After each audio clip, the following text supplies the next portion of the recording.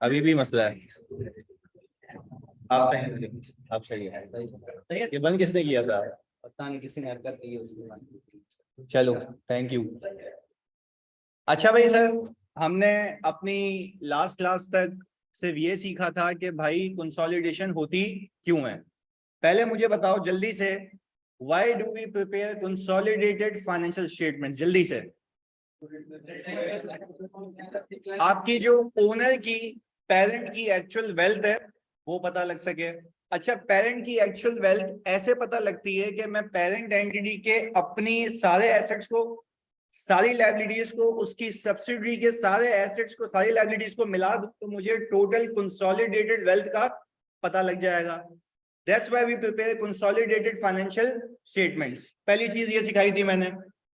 उसके आगे मैंने आपको ये कहा था कि जब भी किसी कंपनी को एक्वायर करोगे तो क्या उसकी एक्विजिशन के वक्त आप लोग ऐसे ही उसको खरीदोगे या उसकी वैल्यूएशन होगी?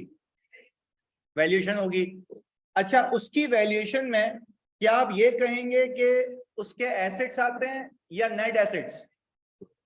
अच्छा सर, समझने की बात यह है कि किसी भी कंपनी की जब एक्विजिशन करेंगे तो उस कंपनी के एक्विजिशन में सिर्फ एसेट्स नहीं, नेट एसेट्स आएंगे, नहीं लायबिलिटीज को इंक्लूड करने के बाद। फिर हमने ये सीखा था कि जब किसी कंपनी को आप लोग एक्वायर करें तो rather than taking out assets and liability separately, आप उसकी इक्विटी को पिक करें।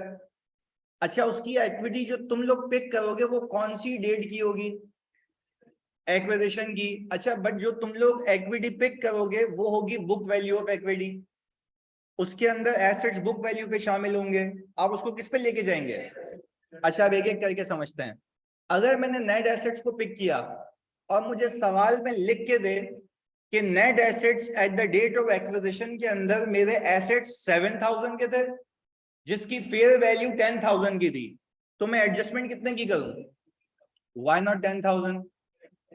7,000 उसके अंदर ऑलरेडी शामिल है। यानी सर आपने एक बात समझ ली कि आपने जो पैसे दिए हैं वो एसेट और लायबिलिटीज के लिए दिए हैं, यानी एसेट नेट लायबिलिटीज के लिए दिए हैं, और आपने एसेट्स की बुक वैल्यू के लिए पैसे नहीं दिए, फेयर वैल्यू के लिए दिए। यानी आपको उसकी किताब में जो चीज रिकॉर्ड की हुई है आपने उससे ज्यादा पैसे दिए हैं, ऐसा ही है? अच्छा, आपने उससे ज्यादा पैसे इसलिए दिए क्योंकि मार्केट में उसकी वैल्यू, पर क्या जो आपने पैसे ज्यादा दिए हैं क्या उसने अपनी अकाउंटिंग बुक्स को चेंज कर दिया या वो वैसी ही है? वो वैसी है, ये आपने अपना हिसाब किताब किया है। खैर, फिर हमने देखा था कि जब अगर मैंने फेयर वैल्यूएशन आई थिंक पिछले सवाल में 5,000 की थी और मैंने पे किए थे कितने? 7,000, तो मैंने कहा था बाकी 2 किसके पे किए थे? गुडविल के। मुझे एक बात बताओ, क्या किसी भी कंपनी की गुडविल, किसी भी कंपनी की गुडविल उसकी अपनी बुक्स में मौजूद होती है? Reason? Cost can not be, क्योंकि एक कंपनी ये नहीं पता लगा सकती कि उसने नॉर्मल एक्सपेंडिचर्स में से अपने कितने एक्सपेंडिचर गुडविल बनाने के लिए किए हैं, पहली चीज। दूसरी चीज, जब कोई और कंपनी इसको एक्वायर करेगी और उसको ऊपर पैसे देगी तो क्या मैं कह सकता हूं now cost of goodwill can be reliably?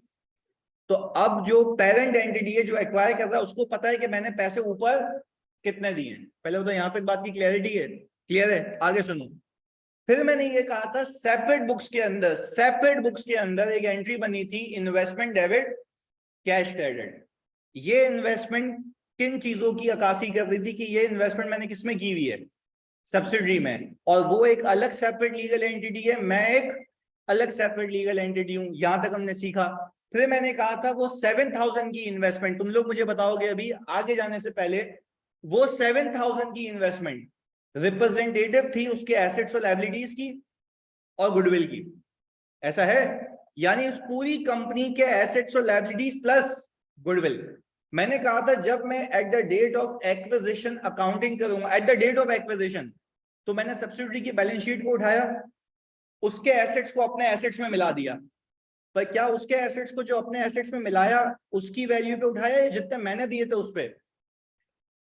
Example, हमने उसकी बुक्स में से पीपी को पिक किया था 7,000 का, हमने उसकी बुक्स में से पीपी को पिक किया था और तुम लोगों ने उसके ऊपर पे किए थे कितने? तो भाई आप ये बोले ना कि आप लोगों ने जब उसके ऊपर 3,000 पे किए तो आपके लिए वो कॉस्ट कितने की पड़ गई? 10 की। तो कंसोलिडेट भी कितने पे होगा? पर क्या इससे सेपरेट बुक्स चेंज हो गई या वो अपने हिसाब से ही है? उसमें कोई चेंज नहीं है। दूसरी चीज, क्या आपने गुडविल के पैसे भी दिए थे? तो आपने उस गुडविल को भी रिकॉर्ड करना है, तो सर पहले क्यों नहीं रिकॉर्डेड थी? कॉस्ट कैन नॉट बी, अब क्यों रिकॉर्ड हो रही है? Cost can be reliably measurable, आपने उसको कंसोलिडेट किया। अच्छा, फिर सामने वाली कंपनी की इन्वेंट्री को भी ला के रख दिया, तो हमने ये कहा कि इन्वेस्टमेंट को दिखाऊं या एलिमिनेट कर दूं? अच्छा, रीजन ऑफ एलिमिनेटिंग, अपनी कंपनी में इन्वेस्टमेंट नहीं दिखा सकते और दूसरा 2 बार हो जाएगा, क्योंकि इस इन्वेस्टमेंट के अंदर एसेट और लायबिलिटीज के पैसे मौजूद थे, और जबकि एसेट और लायबिलिटीज आप अलग से लेके आ गए हो, तो इसको दिखाने की कोई नीड। देखो, इट डेफिनेटली मेक सेंस कि इस कंपनी ने उस कंपनी में इन्वेस्टमेंट की हुई, अलग अलग दिखता समझ आता है। जब तुमने कंसोलिडेट कर लिया, तो जब उसके एसेट्स और लायबिलिटीज ही लेके आ गए, तो उसको इन्वेस्टमेंट में अलग से दिखाने की कोई नीड नहीं है, क्योंकि तुम ये कहते हो कंसोलिडेशन के अंदर मैंने इस इन्वेस्टमेंट को कटा के ये सारा सरमाया मेरे पास है, यानी टेक्निकली इस इन्वेस्टमेंट के केस में मेरा पूरा सरमाया अपने पास ले आता हूं। यहाँ पे क्लैरिटी है। शेयर कैपिटल सब्सिडी का दिखाऊंगा या उड़ा दूंगा? क्यों उड़ाएंगे? क्योंकि एक तो मेरे लिए कॉस्ट है, और दूसरा ऐसा लगेगा कि खुद को शेयर इशू हुए हैं, जबकि खुद को शेयर कभी इशू नहीं होते, लोगों को इशू किए जाते हैं। अच्छा, रिटेन अर्निंग को क्यों हटाया था? वो कॉस्ट से इनकम होगी उसके बाद से, और लायबिलिटीज आएंगी। यस सर, हमने सर यहां तक की थी acquisition date accounting. Acquisition date accounting अपने पास अब हेडिंग डालने सर रिपोर्टिंग डेट अकाउंटिंग की, जल्दी से।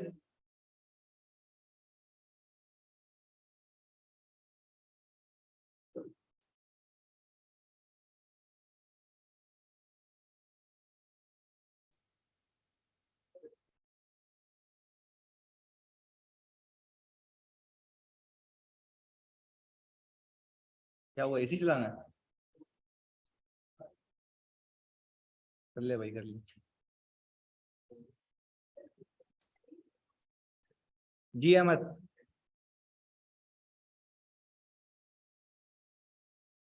अच्छा यार जानी सर जी व्हाट्सएप मैसेज किया। अच्छा, अभी व्हाट्सएप पे मैं जवाब दे देता हूँ, पर अभी तो यही बात कर लो ना मेरे से। ओके, मैं मैसेज किया हुआ व्हाट्सएप पे। ओके, इसके बाद बात करते हैं हम दोनों आपस में। इधर प्लीज वापस से फोकस इधर। अब जरा रीड करते हैं प्लीज इधर।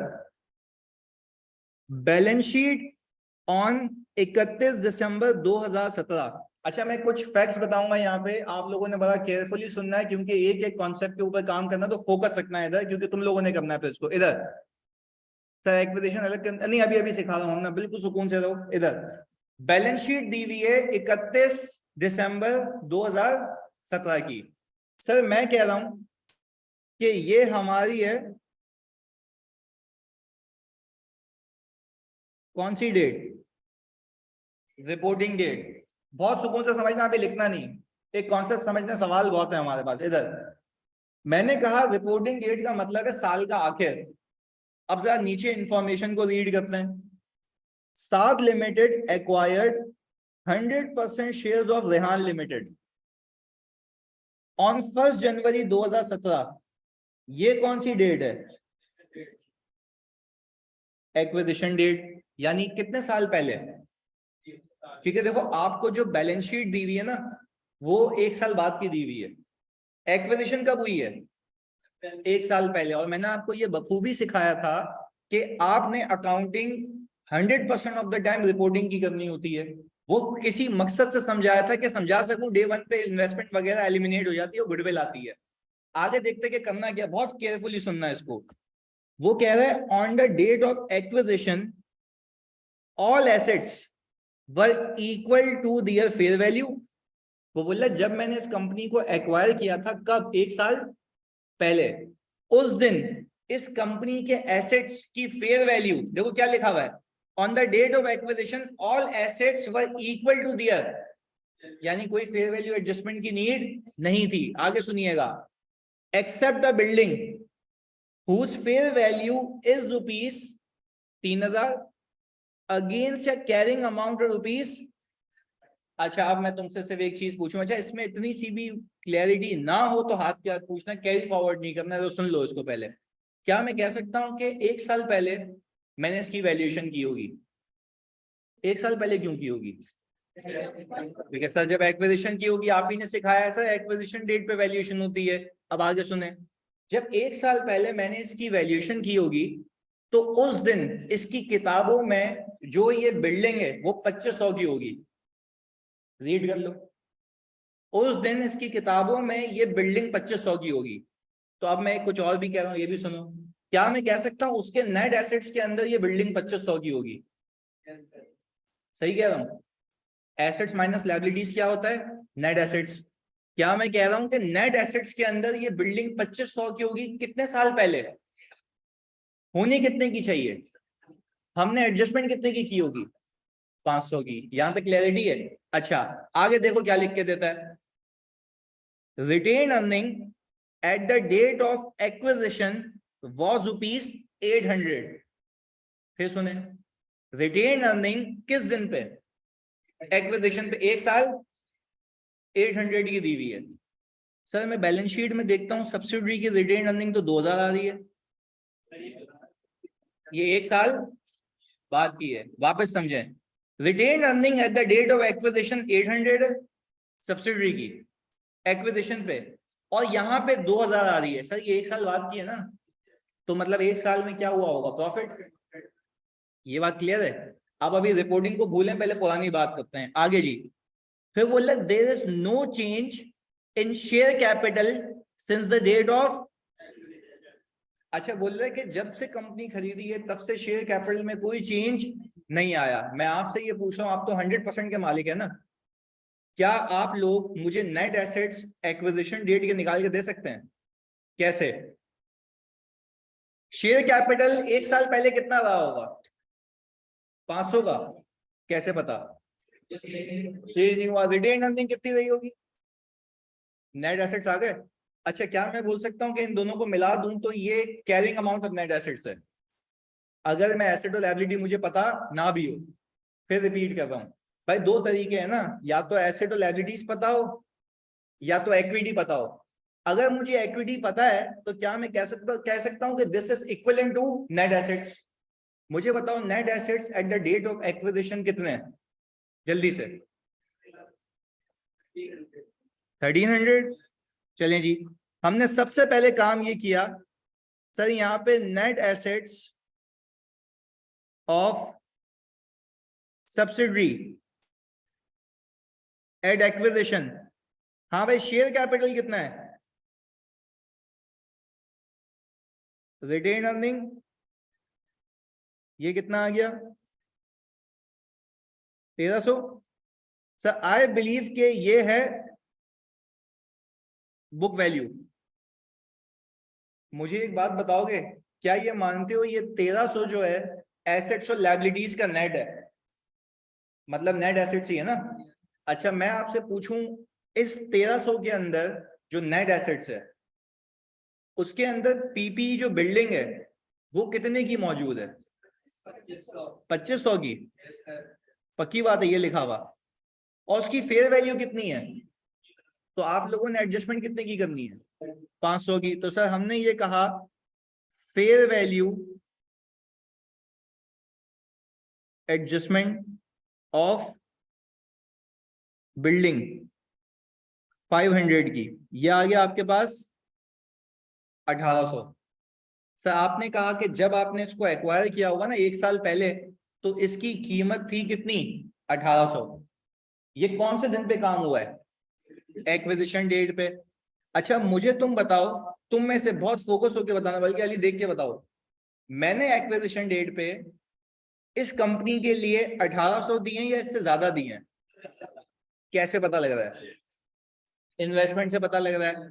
इन्वेस्टमेंट दिख रही है मुझे 3500 की, मैंने दिए कितने? 1800 की चीज के लिए 3500 दिए हैं। बाकी किसके लिए? गुडविल के लिए कितने?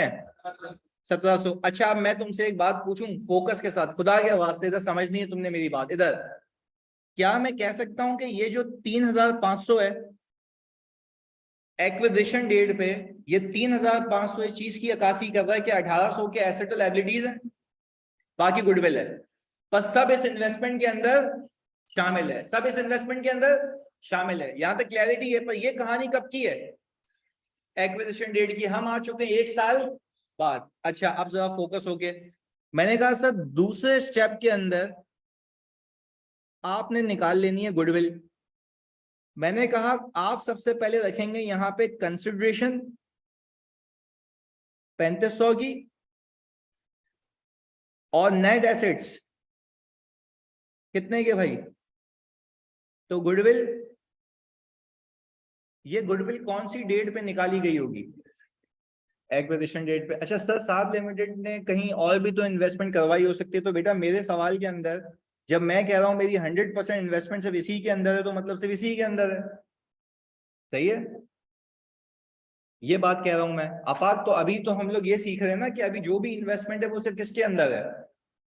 रेयान लिमिटेड यानी सब्सिडरी के अंदर, दैट्स इट। इसके अलावा कोई भी और इन्वेस्टमेंट नहीं है। सिंपल लगते हैं ना अभी केस को। आगे चलें जी, ये कहानी पहले बताओ गुडविल कौन सी डेट पे निकली होगी? Acquisition date. चलो एक एक करके मैं तुमसे पूछता हूँ, अभी लिखना बंद। यानी सर सवाल किस भी रंगो नस्ल का आ जाए, मुझे वैल्यूएशन तो करनी है। कौन सी डेट पे?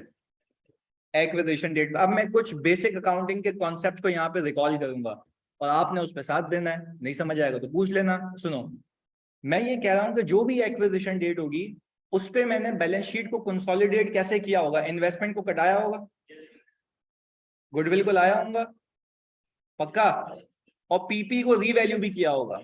कितने से? 500 से। बहुत स्लो, वापस से करते हैं एक एक करके। एक्विजिशन पे तुम लोगों ने कंसोलिडेशन की होगी, जो कि इसमें की नहीं की अभी फिलहाल, पर की भी होती तो कैसे की होती? एसेट्स को ले आते अपने पास, पर उसमें जो सामने वाले के एसेट को तुम उठा के अपने पास लेके आते, 2500 का लाते 3000 का, 500 से तुम रीवैल्यू करते 1 जनवरी को at the date of acquisition. Goodwill record करते। ऐसा है, क्योंकि तुम कहते हैं सब्सिडरी को जो मैं खरीद के लाया इसके मुझे गुडविल के भी पैसे देने पड़े, तो इन्वेस्टमेंट को हटा के तुम वो भी रिकॉग्नाइज करते, क्या उसकी लायबिलिटीज लेके आते? अच्छा, उसका रिटेन अर्निंग, उसका कैपिटल, नो, ये सारी चीजें आप कटा देते हो, कंसोलिडेशन हो जाती 1 तारीख को। यहां तक क्लैरिटी है? आओ माइंड मैप बनाते हैं, सुनना फोकस के साथ। एक एक करके बात भेजे में फिक्स करूंगा। पहली चीज फिक्स करने वाला हूं, आपको क्या नहीं लगता कि जो सब्सिडरी है उसने जो डेप्रिसिएशन बुक किया होगा वो 2500 पे किया होगा? ये बात अगर समझ आए, वापस रिपीट कर रहा हूं, सुनो भाई। आपने सब्सिडरी को बोला अपने फाइनेंशियल्स दो, मुझे कंसोलिडेशन करनी है डे 1 पे। सब्सिडरी ले लो भाई, हमारी मैनेजमेंट अपनी है। उसकी अकाउंटिंग पॉलिसी कॉस्ट मॉडल है, उसने अपने पीपी को कितने पे रखा हुआ है? 2500 पे। भाई मैं ये आपको सिखाना चाह रहा हूं कि सब्सिडरी अपनी अकाउंटिंग अपने हिसाब से करती है, पेरेंट अपने हिसाब से। फिर कंसोलिडेशन कौन करता है? पेरेंट। और फिर वो सारी चीजें सोचता है जो होनी चाहिए। फिर रिपीट कर रहा हूं, सब्सिडरी अपनी अकाउंटिंग अपने हिसाब से करती है, पेरेंट, और फिर इसकी कंसोलिडेशन की पंचायत किसको होती है? पेरेंट को, पर वो उसके ओवर एंड अबव होती है। यानी एक बात सीखाओ, सिर्फ ये समझो कि भाई जो सब्सिडरी है वो कोई भी एडजस्टमेंट पार्क नहीं करती, ये सारी एडजस्टमेंट्स कौन पार्क करता है? अब इसको मैं और आसान करता हूं, मैं सिखाना ये चाहता हूं, बताना ये चाहता हूं कि टेक्निकली कंसोलिडेटेड बुक्स का कोई ट्रायल बैलेंस नहीं बनता। कंसोलिडेटेड बुक्स का कोई ट्रायल बैलेंस तो अलग अलग कंपनीज के बनते हैं और फिर उनको मर्ज किया जाता है, और उसमें सारी एडजस्टमेंट्स कौन पार्क करता है? पेरेंट। पहले बताओ यहाँ पे एक बात क्लियर है? चलो अगेन, जब तुमने इस कंपनी को एक्वायर किया, इसकी किताबों में, सब्सिडरी की किताबों में वो एसेट कितने पे था? 2500 पे। तो उसने डेप्रिशिएट भी किसको किया होगा? होना कितने को चाहिए? 3000 को। क्यों? क्योंकि सर आप अपने अब जार्गन सीखो। ग्रुप के हिसाब से, वो एसेट कितने का था? 3। तो डेप्रिशिएट भी 3 ही होना चाहिए था। भाई तुम कह रहे हो कि एक एसेट तुम्हें ग्रुप के अंदर पड़ गया 3 का, उसने डेप्रिसिएशन गलत बुक की हुई है, उसने अपने हिसाब से।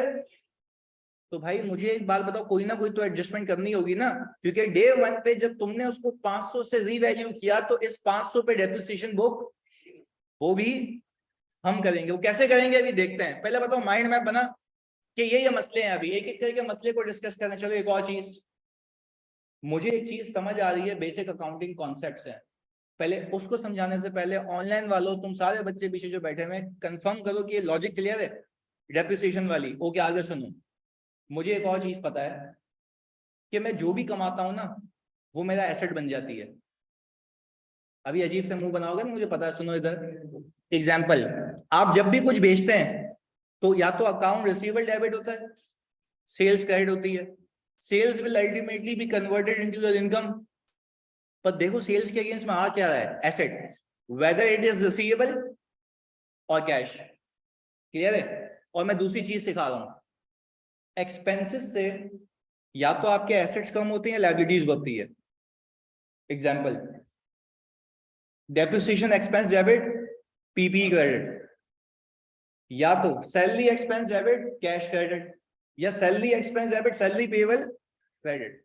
यानी मैं आपसे एक चीज पूछ रहा हूं, क्या इस बात को मानते हो, क्या इस बात को मानते हो कि आपकी इनकम का इफेक्ट एसेट्स में होता है, आपके एक्सपेंसेस का इफेक्ट भी एसेट में होता है, और आपके एक्सपेंसेस का इफेक्ट लायबिलिटीज में भी होता है? फिर से सुनो, मैं जो भी इनकम कमाऊंगा वो मेरे एसेट्स में कन्वर्ट होगी, यस और नो? कैसे? कैश आएगा या रिसीवेबल आएगा? अच्छा, जो भी एक्सपेंसेस होंगे या तो उससे एसेट्स या तो लायबिलिटीज। चलो अब लॉजिकल बात करते हैं ताकि रट्टा नहीं लगे किसी चीज का, बड़े कॉन्सेप्चुअल वे में। मेरा ये मानना है कि जो सब्सिडरी की बैलेंस शीट दी हुई है ना, वो 1 साल बाद की है, और 1 साल की कमाई सब्सिडरी के एसेट्स में शामिल है। तभी तो बोला अभी अभी अजीज में बनेंगे, वापस सुनो। हर इनकम किस में बदलती है? एसेट में। और हर एक्सपेंस से या तो एसेट्स कम होंगे, लायबिलिटीज बढ़ेंगी। मेरा आपसे सिर्फ एक सवाल है मासूमाना, कि अगर अकाउंटिंग हो के मिली है तुम्हें कितने साल बाद, 1 साल हो चुका है ना, मुझे इस बात का जवाब दो कि सब्सिडी ने जो भी कमाया होगा तो अल्लाह की कसम उसका इंपैक्ट एसेट्स में होगा, क्योंकि उसने अपनी अकाउंटिंग अपने हिसाब से की, यस और नो? अच्छा, जो भी एक्सपेंसेस होंगे उसके एसेट्स या तो कम हो गए होंगे या तो लायबिलिटीज। मैं सिर्फ आपसे इतना पूछना चाह रहा हूं, क्या इस बात पे यकीन रखते हो कि रिपोर्टिंग डेट के एसेट्स जो मुझे सब्सिडरी के दिए हुए हैं उसके अंदर इनकम और एक्सपेंसेस का इंपैक्ट शामिल है? पक्की बात है। और होना चाहिए नहीं होना चाहिए? होना चाहिए। उसने बिल्कुल सही करके दिया हुआ है, पर अपने हिसाब से, बट अपने हिसाब से, क्योंकि वो कंपनी अलग है, ये कंपनी, पर दोनों का मालिक कौन है? Parent entity. पहले बताओ यहां तक बात क्लियर है? आखिरी बात, कंक्लूजन, जल्दी जल्दी तुम बोलोगे। हर इनकम किस में बदलती है, और हर एक्सपेंस से या तो एसेट्स कम होंगे। पर मैं ये कह रहा हूं कि जब रिपोर्टिंग डेट पे मुझे बैलेंस शीट दी हुई है तो रिपोर्टिंग डेट की बैलेंस शीट का मतलब यह है कि रिपोर्टिंग डेट की बैलेंस शीट में इनकम और एक्सपेंसेस का इंपैक्ट शामिल है। ऐसा है? चलें जी, यहां तक अगर मुझे बात समझ आ गई तो मैं इसको आगे लेके चलता हूं। अब आपने आज के बाद जिंदगी में एक काम करना है, और मैं आपको शॉर्टकट पे शॉर्टकट सिखाऊंगा। अब आगे आने वाली हर क्लास के अंदर फोकस होकर सुनना। मैंने कहा कि सर क्योंकि मुझे बैलेंस शीट बनानी है कौन सी डेट पे? रिपोर्टिंग डेट पे। तो मैं अपने नेट एसेट्स ऑफ सब्सिडरी को घसीट के लेके आऊंगा 1 साल आगे रिपोर्टिंग डेट पे। कैसे? मैं आपसे पूछूं क्या मेरा शेयर कैपिटल अभी भी रिपोर्टिंग डेट पे कितने का है? 500 का है। मेरा रिटेन अर्निंग कितना है? ये कितना हो गया? 2500। या बहुत फोकस होकर सुनना है इधर। अच्छा मुझे एक बात बताओ, ये रिटेन अर्निंग जो इंक्रीज हुआ है ये क्या रिप्रेजेंट कर रहा है? प्रॉफिट। अच्छा, कितना प्रॉफिट कमाया इसने? 1200 का। एक बात कंफर्म करते हो प्लीज खुदा के वास्ते, क्या मानते हो ये 1200 का प्रॉफिट एसेट्स में है, और उसके अंदर जो भी एक्सपेंसेस है वो भी एसेट्स में है? यानी सर अल्लाह की कसम ये एसेट्स के अंदर इनकॉर्पोरेट हुआ है, सब्सिडी के बैलेंस शीट में हुआ है, हमने खाली यहां से चेक किया है।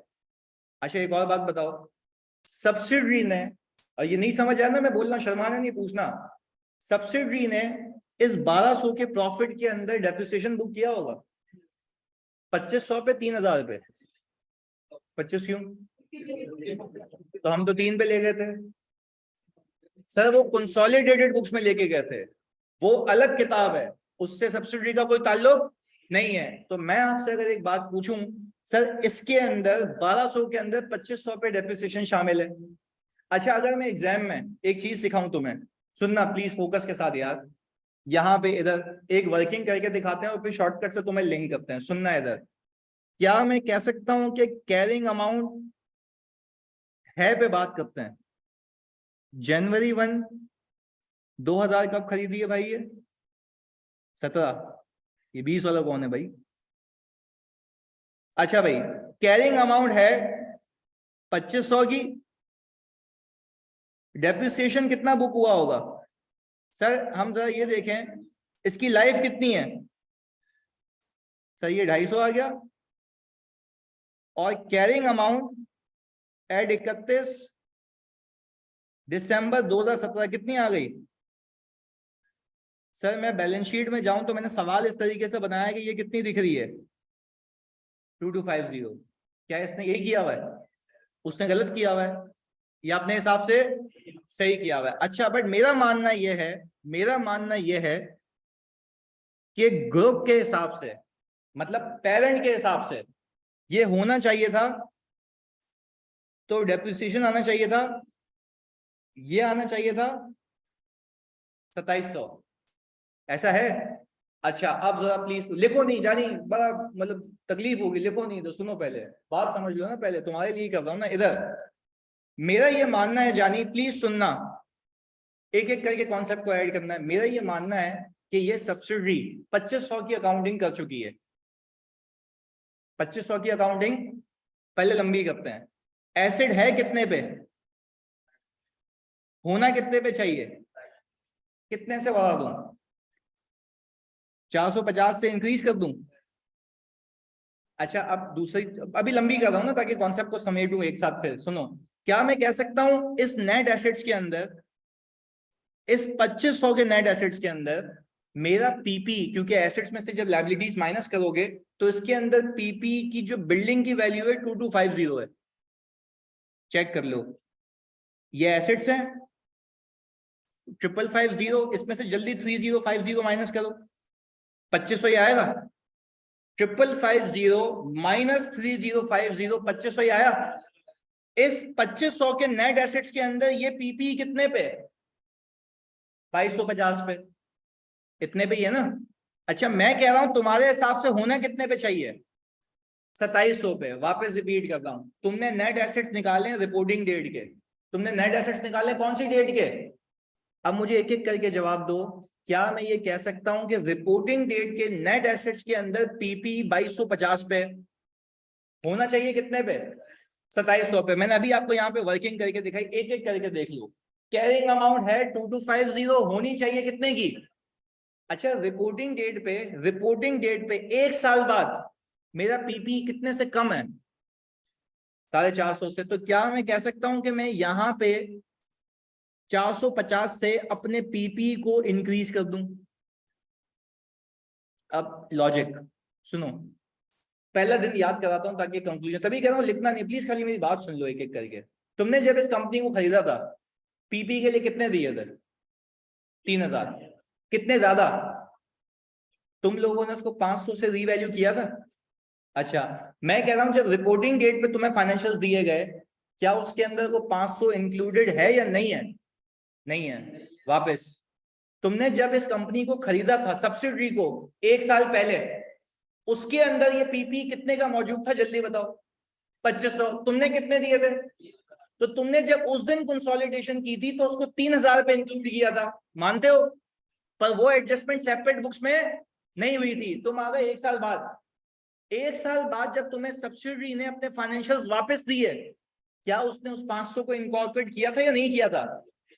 अब तुम ये देखोगे कि अगर वही 500 एक्विजिशन डेट पे इनकॉर्पोरेट हो जाते तो रिपोर्टिंग डेट पे उसकी अमाउंट क्या होती? 450। तो मुझे एक बात बताओ, मुझे 2500 की अकाउंटिंग की टेंशन करनी नहीं है, पंगा किसका है? अब मुझे एक बात बताओ, क्या 500, क्या 500, तुम मुझे बताओ, क्या 500 उसने इंक्लूड किए थे या हमने? तो फिर रिपोर्टिंग डेट पे ये 500 होंगे या ये नहीं होंगे? नहीं होंगे। इसको भी कौन इंक्लूड करेगा? हम। पर मैं यहाँ पे रिपोर्टिंग पे 500 के बजाय 450 क्यों लिख रहा हूं? डेप्रिसिएशन बुक करो, क्योंकि आप कह रहे हो कि अगर 500 से रीवैल्यू हो भी जाता तो 50 से डेप्रिशिएट भी तो होता। तो हम आज के बाद यूं सोचेंगे एग्जाम पॉइंट ऑफ व्यू में और हर जगह पे कि भाई अगर ये वैल्यू निकालने का तरीका है कि अगर ये 500 एक्विजिशन डेट पे रीवैल्यू हो जाता तो रिपोर्टिंग डेट पे इसकी कैरिंग अमाउंट क्या होती? कितनी होती? तो सर क्या मैं एग्जाम में ये कैरिंग अमाउंट है क्या, होनी क्या चाहिए, करूँ या डिफरेंशियल पे काम करूं? अब यहाँ पे देखो कैसे किया मैंने कहा एक्विजिशन डेट पे मैंने कितने की एडजस्टमेंट पार की, 500 की एडजस्टमेंट पार की।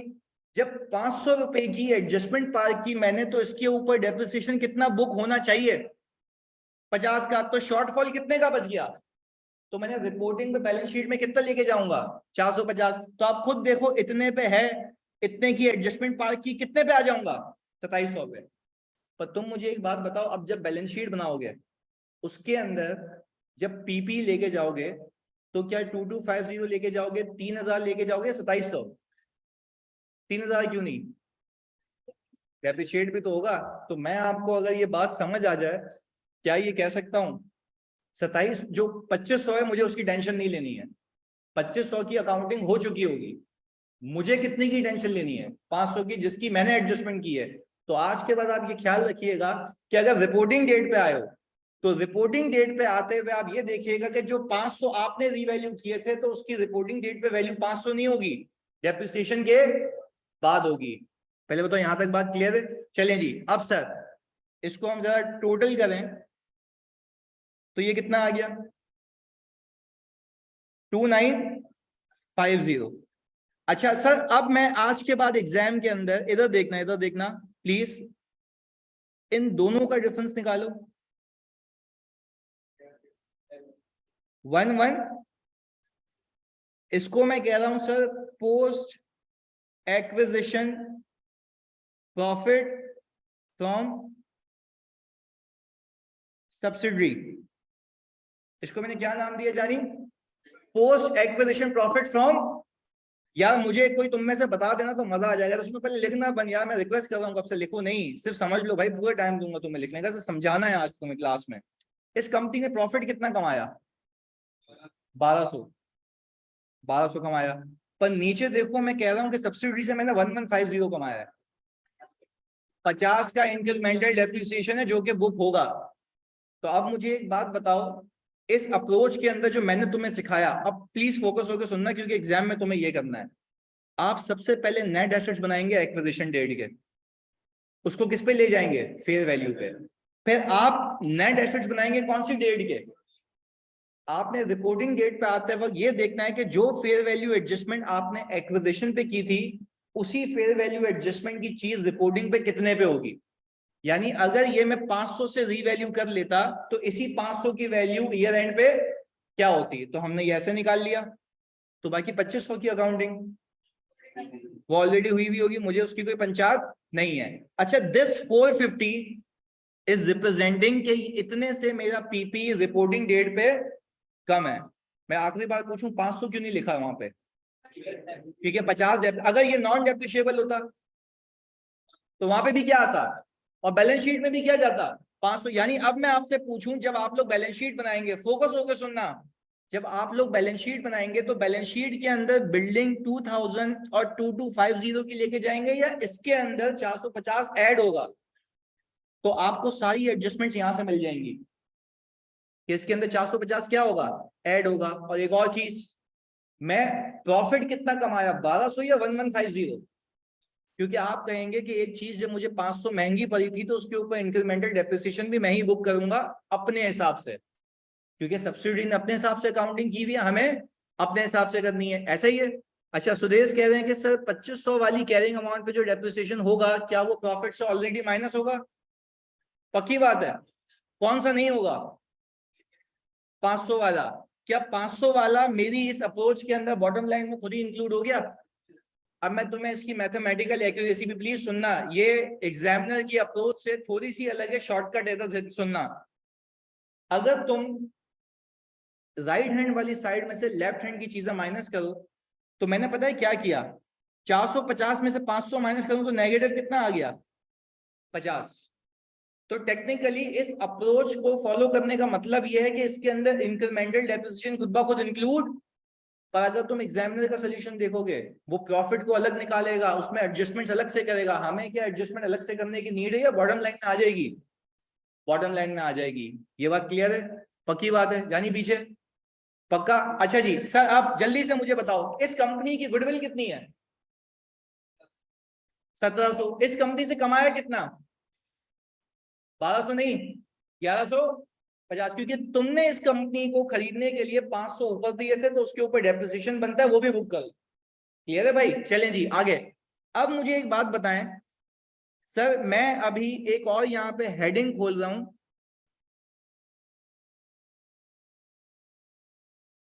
कोई मुझे तुम में से ये बताएगा ग्रुप का मतलब क्या होता है? Parent and all its subsidies. अच्छा, मैंने यहां पे लिखा retain earning of parent at reporting. या प्लीज फोकस के साथ इधर मुझे एक बात बताओ, इस सवाल के अंदर पेरेंट एंटिटी की रिटेन अर्निंग कितनी है? 4000। मैंने कहा सर ये लें 4000। क्या मैं कह सकता हूं ये पेरेंट एंटिटी का आज तक का कमाया हुआ पैसा है? ये पेरेंट एंटिटी का, पर ग्रुप के अंदर पेरेंट भी आता है। देखो यहां पे एक चीज लिख रहा हूं, post acquisition profit of subsidy. Sir आपने जो कल सवाल कराया था लास्ट क्लास में, उसके अंदर तो आपने सब्सिडी का कुछ भी ऐड नहीं किया था, क्योंकि वो एक्विजिशन डेट थी। अब 1 साल हो चुका है, तो अब जो वो कमाएगी उस पर मेरा राइट है। कितने कमाए उसने? कमाए 1200 हैं, बट क्योंकि आप लोगों ने एसेट महंगा खरीदा था, तो आप, अच्छा अब एंट्री सोचो, आप लोगों ने डे 1 पे 500 से पीपी को डेबिट किया होगा, तो अब उसको जब कम कर रहे हो तो उसकी एंट्री क्या बनेगी? पीपी क्रेडिट और डेप्रिसिएशन एक्सपेंस, जिससे प्रॉफिट क्या हो गया? अब माइंड मैप बनाओ, नीचे प्रॉफिट से इक्विटी कम हो गई, ऊपर 50 से एसेट कम हो गया। बात समझ आई? तो ऊपर 450 का एसेट रह गया, नीचे 50 से इक्विटी कम हो गई, प्रॉफिट 50 से कम हो गया, एसेट 50 से कम हो गया, बैलेंस शीट टैली रहेगी। पहले बताओ बात क्लियर है? चलें जी, अब मुझे एक बात बताओ, ये आ गया 1150, ये कितना आ गया? 5150। अब मैं अपनी कंसोलिडेटेड बैलेंस शीट जब बनाऊंगा, तो उसके अंदर जो जो चीजें आएंगी वो जरा यहां देखते हैं। इधर सबसे पहले लैंड की बात करो अगर, तो लैंड कितने पे आएगी? 1800। उसमें कोई एडजस्टमेंट नहीं है। इधर देखिएगा सर, मैंने ये कहा कि सर बैलेंस शीट बनाते वक्त ये आ गई 1800। अच्छा भाई प्लीज इधर फोकस होकर देखिएगा। इसके बाद हमने कहा सर बात करते हैं हम बिल्डिंग की। तुम लोग मुझे बताओगे बिल्डिंग पेरेंट एंटिटी की बुक्स में कितने पे? 2000। इधर भाई ये आ गया 2000। सब्सिडी की किताबों में ये 2250 सही है, उसके हिसाब से सही है, पर मैं इसके अंदर 500 ऐड करना चाह रहा हूं। 450 क्यों? क्योंकि सर 50 से वो क्या हो चुका है, तो जब वो 50 से डेप्रिशिएट हो चुका है, तो 50 से आपने एसेट भी कम किया, नीचे प्रॉफिट भी कम हुआ, तो आपकी बैलेंस शीट टैली रहेगी। ये कितना आ गया? 4700। क्या डे 1 पे आपने गुडविल रिकॉर्ड की होगी, और वो गुडविल भी तो कैरी फॉरवर्ड होगी। यह आ गया 1700। सर अब आप मुझे एक बात बताएं यहाँ पे, इसके बाद आपके पास इन्वेस्टमेंट्स आएंगी क्यों? हट गई होगी, तो यही वही समझाने के लिए पहले दिन की अकाउंटिंग कराई थी, ताकि भेजे में फिक्स हो बाकी इन्वेस्टमेंट रिप्रेजेंट, वरना लगेगा कि अपने आप में इन्वेस्टमेंट की हुई। वो कितनी बार हो जाएगा? 2 बार। तो सर हमने कहा अदर एसेट्स, सर हमारे पास अदर एसेट्स की अगर बात करें, तो अदर एसेट्स में बस 3000 और 2500 आ रहा है भाई। हमने कहा सर ये 3000 और ये 2500 कितना आ गया? 5500। इन सबका टोटल 13700। चलें जी भाई, शेयर कैपिटल दोनों कंपनीज का आएगा, सिर्फ पेरेंट का, सब्सिडी का क्यों नहीं? अपने आप में शेयर इशू नहीं कर सकते, ये पहले दिन का कॉन्सेप्ट तो जब यहाँ एप्लीकेबल है। तो सर हमने कहा शेयर कैपिटल हमारे पास से आएगा 2200 का, ये रहा जी। अच्छा अब यहाँ पे रिटेन अर्निंग लिखूं या ग्रुप रिजर्व? अब देखो, अब असल मालियत पता लग रही है कि जब खरीदा था तब सब कटा दिया था, अब जो जो कमाऊंगा वो मेरे रिजर्व में क्या होता रहेगा? ऐड होता रहेगा। तो सर ग्रुप रिजर्व आपके आ गए 5150 के। सर इसके बाद आपने कहा लायबिलिटीज आ रही है 3300 और 3050। कितना आ गया जी? 6350। सही है टोटल भाई, मैच चाहिए। अच्छा भाई, ये आ गई लाइबिलिटीज। चलें, बिफोर वी कॉपी प्लीज सुनिएगा, एक एक करके इसको रिवाइज कर लेते हैं। मुझे एक बात बताओ, सवाल किसी भी रंगो नस्ल का गिवन हो, रिपोर्टिंग डेट का गिवन हो, आपने सबसे पहला काम क्या करना है? एक्विजिशन डेट पे वैल्यूएशन करनी है, यानी नेट एसेट्स निकालने हैं। प्लीज सुनना, नेट एसेट्स के लिए एसेट्स और लायबिलिटीज होना लाजमी है, या इक्विटी से काम चलेगा?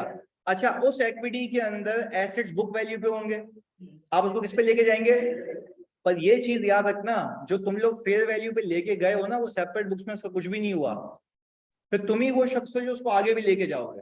तो मुझे एक बात बताओ, इस सवाल के अंदर फेयर वैल्यू एडजस्टमेंट कितने की थी? एसेट था कितने पे? 2500 पे। हमने एडजस्टमेंट कितने की? तो अब मैं तुमसे ये पूछूं, रिपोर्टिंग डेट पे जो तुम्हें बैलेंस शीट मिलेगी, बहुत फोकस होकर जवाब देना, रिपोर्टिंग डेट पे जो तुम लोगों को बैलेंस शीट मिलेगी, उसके अंदर पीपी 2500 के हिसाब से होगा या 3000 के हिसाब से? 2500 के हिसाब से होगा, होना चाहिए। तो मैं पूरी अकाउंटिंग करूँ डिफरेंशियल की मैंने ये कहना है कि अगर यही 500 रिकॉर्ड हो जाता तो इसी 500 की वैल्यू रिपोर्टिंग डेट पे क्या होती, वो भी डेप्रिसिएशन के बाद। हमने कहा वो 500 की वैल्यू कितनी होती? 450। हमने कहा आप बॉटम लाइन निकालेंगे तो बॉटम लाइन पे आपको कुछ चीजें पता लगेंगी। वो बॉटम लाइन ये बताएगा कि नेट एसेट्स एक्विजिशन डेट पे कितने थे, रिपोर्टिंग पे कितने हैं। नेट एसेट्स का जब मैंने डिफरेंस लिया तो मुझे मिल गया पोस्ट एक्विजिशन प्रॉफिट। अच्छा, post acquisition profit actual profit से कम क्यों है? इंक्रीमेंटेड। अच्छा, अब दो अप्रोचेस हैं, या तुम मजदूरी करके अलग अलग करो या बॉटम लाइन से कर लो, बात एक ही है। जब मैं बैलेंस शीट बनाऊंगा तो बैलेंस शीट में सिर्फ पेरेंट का प्रॉफिट लेके जाऊंगा या पेरेंट का प्लस सब्सिडी के बाद का? सब्सिडी के एक्विजिशन का क्यों नहीं? क्योंकि हमारे लिए कॉस्ट होती है, इनकम होती है उसके बाद। तो क्या मैं ये कह सकता हूं इस पोस्ट एक्विजिशन में प्रॉफिट से बात का ही है? डे वन का तो हमने डे वन पे उड़ा दिया था, वो हमारी इसका पार्ट नहीं है। अब मुझे एक बात बताओ, ग्रुप रिजर्व का मतलब है पेरेंट और सब्सिडी के पैसे। पेरेंट के आज तक के पैसे सब्सिडी के एक्विजिशन के, तो पेरेंट के आज तक के क्यों ले रहे हो? वो तो अपना होना शुरू से ही है, उसका कोई मसला नहीं है। अच्छा, जब बैलेंस शीट बनाओगे तो बैलेंस शीट में पीपी की कोई एडजस्टमेंट होगी? यस, कितने की? 500 450। तो 450 क्यों? 50 का डेप्रिसिएशन। अच्छा, तुमसे अगर मैं बात पूछूं, बता दिया मैं समझूंगा, क्लियर है। अगले साल जब पीपी की एडजस्टमेंट करोगे कितने से करोगे? अगले साल करोगे ना फिर। चलो एग्जाम्पल, अगले साल जब तुम कंसोलिडेशन करोगे तुम्हें फिर सब्सिडी की बैलेंस शीट मिलेगी, या हाँ या नहीं?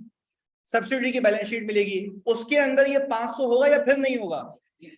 पक्का, क्योंकि उसने इनकॉर्पोरेट। अच्छा, अब जब तुम लोग कंसोलिडेशन करोगे तो कितने सालों का डेप्रिसिएशन हो जाएगा? क्योंकि बैलेंस शीट बनती है for the year as at. तो अब तुम कहते हैं कि अगर यही 500 एक्विजिशन पे रीवैल्यू होता तो 2 साल बाद इसकी वैल्यू कितनी होती? अच्छा, उसके बाद वाले साल में, और फिर, और ऐसे चलते चलते चलते आखिर में ये क्या हो जाएगा? जीरो। पहले बताओ, यहां तक बात क्लियर है? अब कॉपी कर दो उस पर जल्दी से। जी हसन अब्दुल्ला पूछें यहां से जी।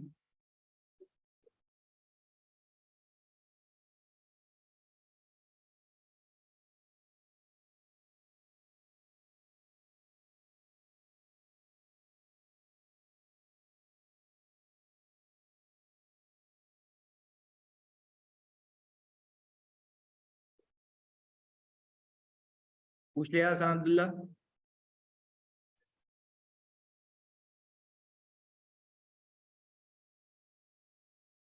बेटा, रिटेन अर्निंग को मैं इन्वेस्टमेंट के अगेंस्ट में डे वन पे हटा देता हूं ना। यहाँ पे रिटेन अर्निंग को सिर्फ नेट एसेट्स के अंदर इसलिए डाल रहा हूँ वैल्यूएशन चेक करने के लिए भाई।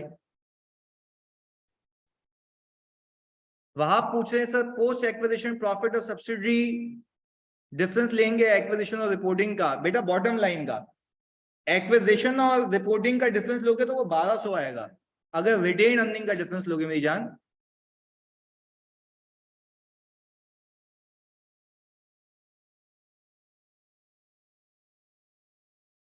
अच्छा भाई, एक बच्चे ने सवाल अच्छा किया, कॉपी करते करते सुनो। इसने बोला कि सर गुडविल अमोर्टाइज नहीं होगी। भाई बच्चे ने पूछा गुडविल अमोर्टाइज नहीं होगी क्या?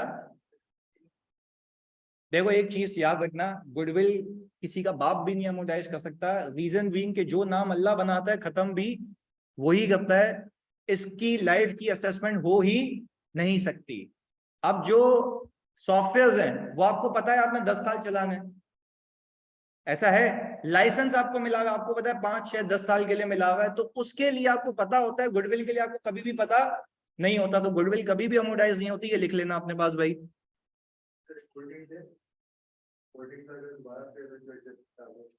वो मैंने सिखाया ही नहीं है अभी। नहीं तो अभी आगे सीखेंगे ना, कंफ्यूज क्यों करूं मैं बिला वजह।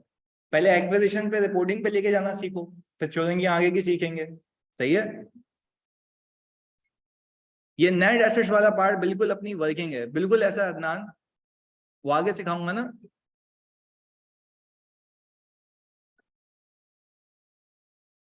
इन्वेस्टमेंट को जो निकाला 3500, वो एक्विजिशन पे निकालेंगे ना। जानी यहां तक हो गया कॉपी?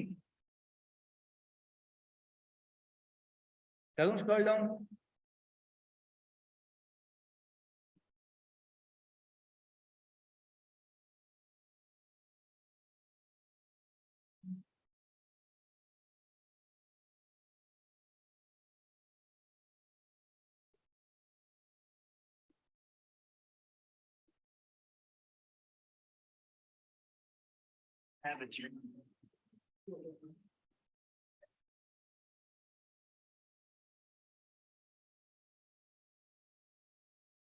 बस 1 मिनट, ये बाकी कॉपी कर लें, आसान। बैलेंस शीट भी देखते हैं।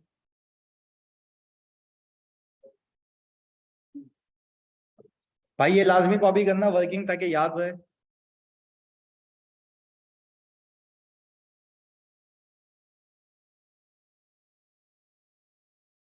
हो गया कॉपी? हाँ 1 मिनट, हाँ भाई सबको बोल दूं। जानी प्लीज, सवाल, अरे क्या हो गया, खैर हो गई, जल्दी पूछो।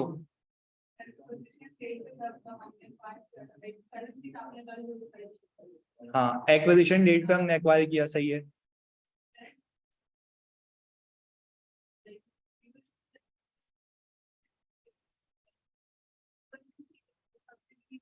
हाँ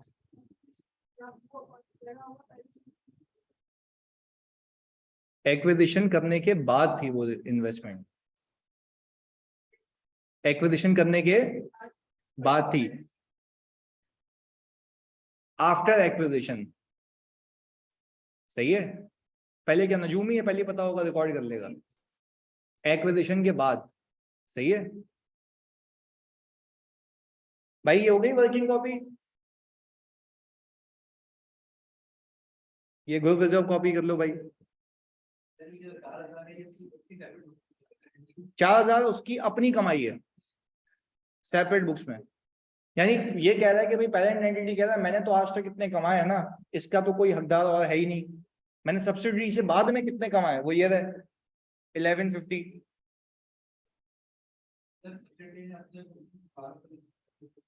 सब्सिडी ने 1200 कमाए जेन्युइनली, पर मैंने कहा उसमें से 50 रुपए का और डेप्रिसिएशन भी तो बुक होगा, क्योंकि मैंने सब्सिडी को खरीदने के लिए उसके शेयर होल्डर को, जिसको मैंने पैसे देके कटा दिया, 500 ज्यादा दिए थे।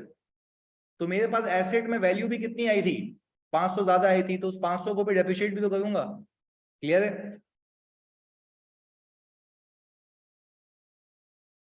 भाई? हो गया यहां तक कॉपी?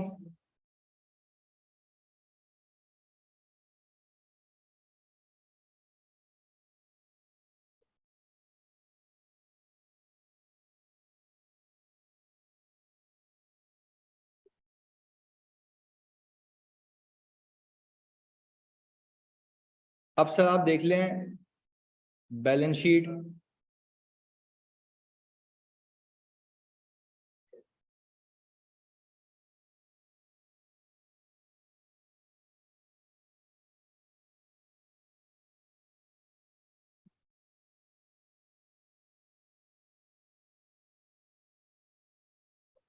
कॉपी कर लिया तुमने इंदू का? कॉपी कर लिया?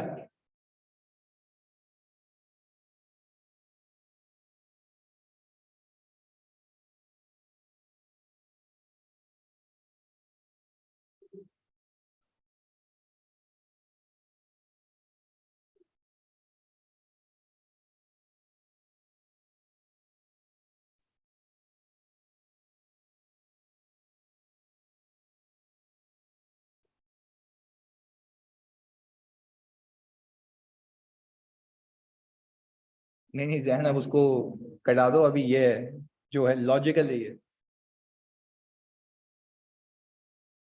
सही है जहन?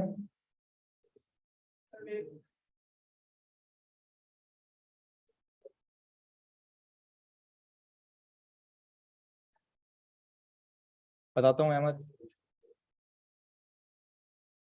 भाई, हो गया कॉपी? चलें जी सर। अब एक सवाल,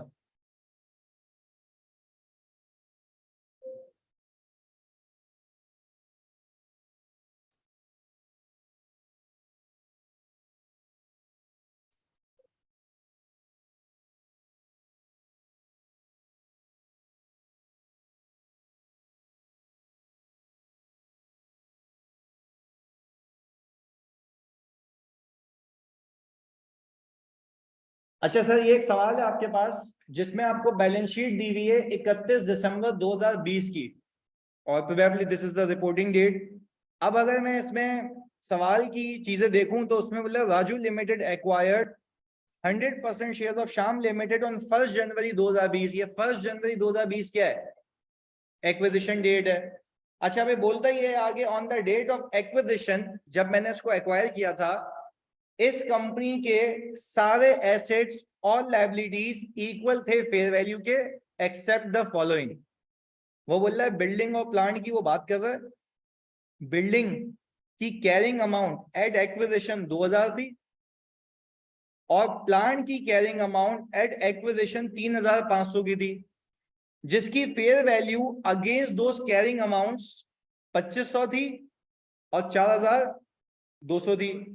लाइफ आपको बताई हुई है उसकी, रिमेनिंग लाइफ 1 साल पहले 5 और 10 थी। तो इस सवाल के अंदर मुझे एक बात बताओ, अपेरेंटली देख के एक बात समझ आती है कि 2 एसेट्स में वैल्यूएशन हुई थी, एक प्लांट और एक बिल्डिंग में। तो हम कितने एसेट्स की वैल्यूएशन करेंगे?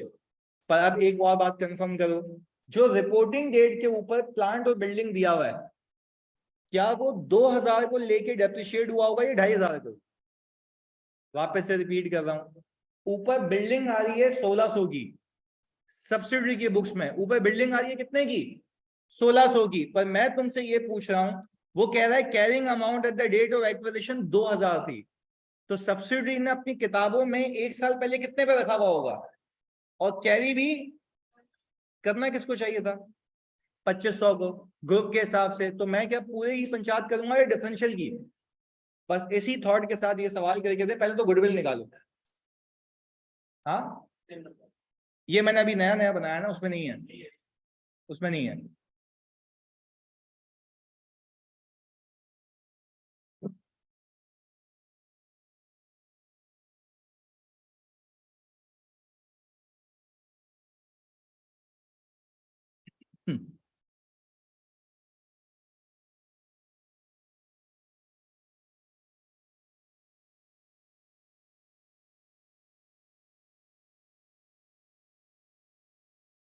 और मुझे पता है 95% लोग गलत करेंगे, देखते हैं। हाँ नहीं, एमसीक्यूज क्यों करते हैं? वाह भाई वाह, एमसीक्यूज नहीं करेंगे, स्ट्रेट आंसर होगा, राउंडिंग ऑफ का भी मसला नहीं होगा। चलें जी, अब मुझे एक बात बताएं भाई, जब मैंने इस कंपनी को खरीदा होगा तो पहले वैल्यूएशन देखते हैं। शेयर कैपिटल कितना है भाई? 500 का। रिटेन अर्निंग एक्विजिशन की कितनी दी हुई है? 800 की। तो ये हमारे पास आ गया 1300 इज अ बुक वैल्यू। हम ये इसलिए करते हैं ताकि देख सकें गुडविल के पैसे कितने थे। मुझे एक बात बताओ सर, कितने एसेट्स की वैल्यूएशन है? पहली सर, और दूसरा प्लांट। अच्छा भाई, अगर मैं आपसे बिल्डिंग की वैल्यूएशन पूछूं तो सर 500 की एडजस्टमेंट है, और प्लांट की 700 की एडजस्टमेंट है। अच्छा सर, अब मुझे रिपोर्टिंग डेट पे आना है, तो रिपोर्टिंग डेट पे रिटेन अर्निंग कितना है? 4000। ये तो आ गया 5000। अच्छा, अपेरेंटली मुझे देख के बताते हो इस सब्सिडी ने प्रॉफिट कितना कमाया है? 3700 का, ऐसा ही है। पर मुझे लगता है कि 3700 आइडियली आता है मेरे पास अगर मैं इस कंपनी के एसेट्स को महंगा नहीं खरीदा, क्योंकि मैंने महंगा खरीदा तो उसका डेप्रिसिएशन भी मुझे ही बुक करना है ग्रुप के हिसाब से। तो सर मुझे एक बात बताएं, 500 को उठा के रिपोर्टिंग पे ले आऊं या उसको डेप्रिसिएशन के बाद? क्योंकि हम कहते हैं कि ये भी डेप्रिशिएट होके बचता है ना हमारे पास। तो मैंने कहा 500 डिवाइडेड बाय इसकी लाइफ कितनी है, डिवाइडेड बाय 5 इंटू 4 कितना, 450, 400 आ गया। अच्छा ओके, वो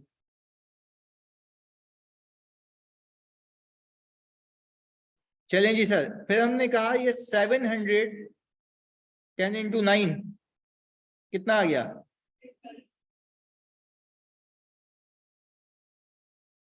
इन सबका सम कितना आ गया सर? एक्विजिशन पे 2500 आ गया, रिपोर्टिंग पे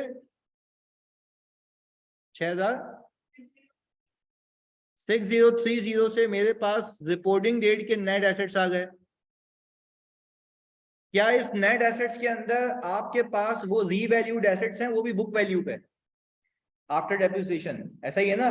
तो आपको बैलेंस शीट बनाते वक्त इन दो चीजों पे ख्याल रखना है कि ये भी इंक्लूड करना है, क्योंकि ये अभी भी इंक्लूडेड नहीं है। अच्छा भाई, अब मैं अगर इन दोनों का डिफरेंस लूं, जानी जल्दी बताओ कितना, 35।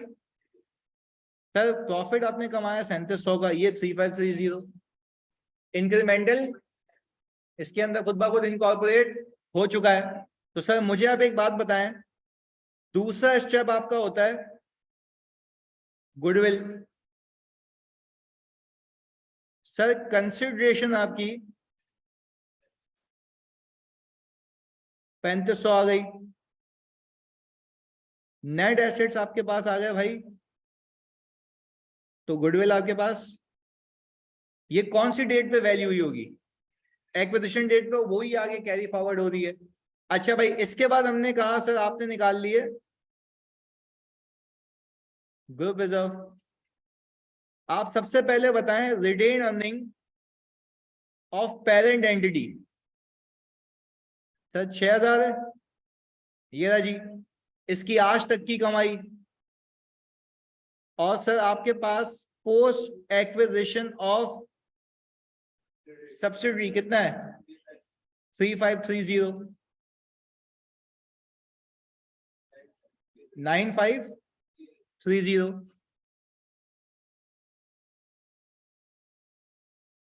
अच्छा सर, अब सारी वर्किंग के बाद हम बैलेंस शीट बना सकते हैं, तो प्लीज यहीं पे बता दें मुझे।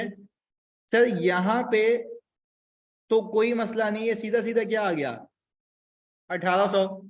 सर बिल्डिंग के अंदर हम ये बताएं कि कितना ऐड करेंगे। सर आपने कहा 2000 प्लस 1600 कितना आ गया, 4000 ये आ गया। सर प्लांट की अगर बात करें तो प्लांट हमारे पास 2000 प्लस 3150 और 630 कितना 57। सर गुडविल भी रिकॉर्ड करें जो कि अब तक रिकॉर्डेड नहीं है, 1000। इन्वेस्टमेंट कितने की दिखाएं, 0 की। Sir other assets total 18। कितने लोगों की बैलेंस शीट इस पे डाली थी, वेरी गुड जी। अच्छा भाई सर, इक्विटी के अंदर शेयर कैपिटल सिर्फ किसका, पेरेंट एंटिटी का, क्योंकि हमने उसका तो डे 1 पे एलिमिनेट कर दिया। और सर हमारे पास अब आ जाएंगे कितने के, 9530। और सर आपके पास लायबिलिटीज कितने की, 6350। क्या ये मैच है, 18080। तो सर आज की क्लास में हमने कवर किया reporting date accounting along with the fair value adjustments. भाई बात क्लियर है? चलें जी, इसको हम इतना रखते हैं। अगली क्लास के लिए प्लीज मैं बता रहा हूँ क्विज करके आना और प्रिपेयर रहना। सही है जी, चलो ओके, अल्लाह हाफिज। अभी दिखा देता हूँ। हाँ तभी तो कहा शेयर कैपिटल में चेंज नहीं है ना, तभी तो हमने एक्विजिशन पे वही लिया।